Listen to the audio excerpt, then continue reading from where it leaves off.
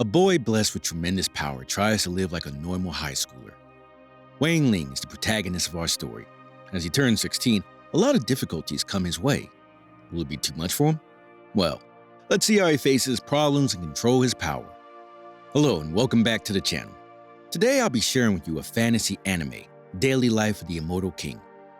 Wang Ling faces his greatest challenge as he enters high school. Will he be able to spend an enjoyable high school life? The story is set in a futuristic setting. It is the year 4386. Humans are living in comfort thanks to the technological advancements. One fine day, out of the blue, an enormous level 5 demon frog appears and attacks the city. As the magic squad appears to subdue the monstrosity, a red-eyed kid calmly stops by a store to buy himself some ramen. As the frog moves closer to the kid, squid member Yu Li dashes and saves him. Years after the great battle, a freshman with the same red eyes is being picked on by seniors. But the class beauty, Sun Rong, swoops in and blasts him out. To decide which one of the students will join the elite class, a strength demonstration is held. The challenge is to strike the head of the spirit of the giant frog. The giant chuckles as he continuously absorbs power from each student, trying to break his seal. Sun Rong punches the frog, gaining 2,019 points. Wang Ling aims for a score of 400. However, the frog recognizes him as the red-eyed kid who eventually was the one who defeated him in the first place. As Wang Ling strikes his target, an endless value of 9s appears. As class begins, students attempt to summon spirits. From dolls to boneless dogs, everything is summoned. However, Wang finally summons a spirit. The demon frog ends up coming to the human realm. To stop it from harming anyone, the teacher merges his spirit with Sun's dog-like spirit, turning it into a dog spirit with the name Froggy 2. Flashback to Wang Ling's childhood. We see him being born by crawling out of his mother's womb on his own. His parents recall all the dramatic things he did as a kid, such as the burning down of their home at age 6 during a birthday event, and knocking out his friends at age 10.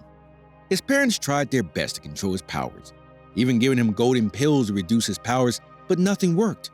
As elections for class president are announced, Sun Rong uses the art of seduction to get everyone in her favor. In class, as all of them are studying the ancient art of confinement, Wang signals Sun if she has a golden pill or not. She thinks that he wants to help her increase her power and she pops it in her mouth. However, the pill lowers her energy, and as the instructor calls her, she collapses, undoing the art of seduction. Now the class moves on to count on the votes, and Chen Chao ends up winning. The next day, students take their furnaces for a lesson in their refining of pills. Chen Chao brings his family's massive antique furnace, and Sun Rong uses a furnace from the factory her family owns. All of a sudden, Chen breaks his family's furnace and leaves the room crying that his father will kill him. He then wakes up on the sports field and remembers his cauldron. But the guys have already repaired it. Chen Chao thanks him. Now Wang, Chen, and Gu Hao form a trio. All the while, Sun Rong develops a crush on Wang. She approaches Wang in the classroom and asks him on a date, but aiming at her from a scope, a hitman is ready to kill Sun. Wang, however, spots him, and suddenly the hitman starts to feel a weird presence around him, missing his target. The school administrator notices and asks if it was Wang's presence, to which he replies with a yes, but Sun Rong takes it as a yes to a request. Soon, media finds out and breaks the news of Sun Rong and Wang dating. Wang is then taken to see the master of the school, Zhu Yi, the person who was saved by Wang. In private, he meets Wang and notices that he's the same boy who defeated the giant frog with his kick. He bows to Wang, requesting him to be his teacher. However, Wang finds this troublesome and just erases Zhu Yi's memories. The next day, Wang wakes up and finds Sun Rong waiting outside for a date. He finds posts of their date all over social media and notices the amount of security she has, realizing that the hitman might show up at any moment. The social faction leader tracks Sun and Wang, while Gu Hao and Chen Chao are patiently waiting to hear news about their date. Wang feels the presence of assassins, but is able to hold them at bay without Sun Rong realizing.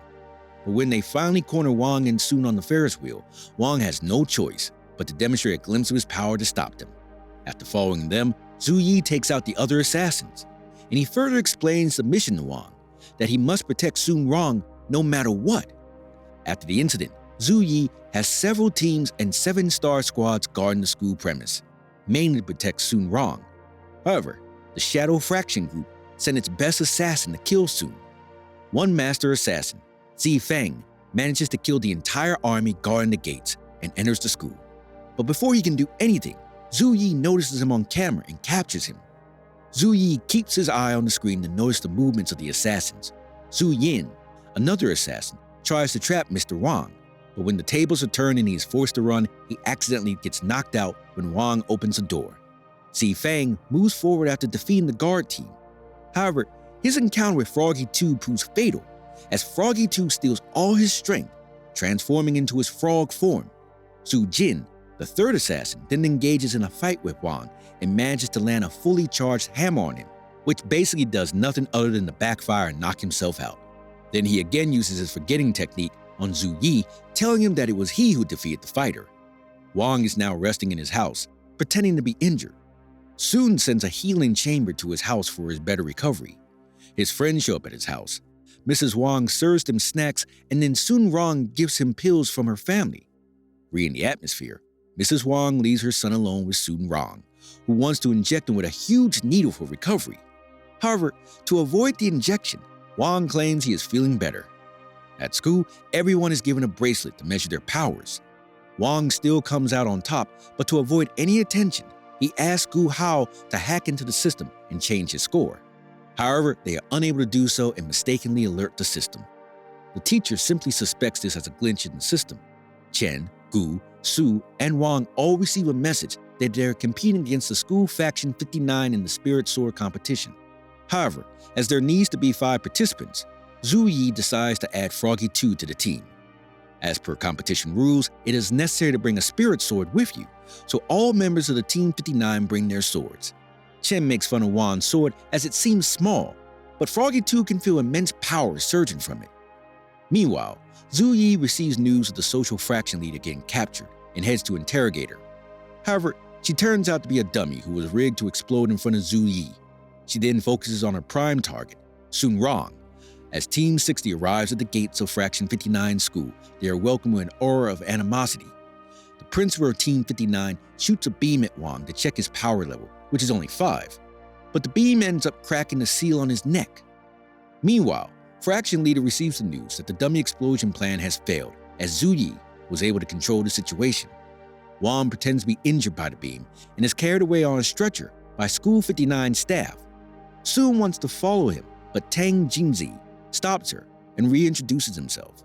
Meanwhile, another member of the 59 team, He Bufrang, launches a long-range attack on Wang, igniting him in flames.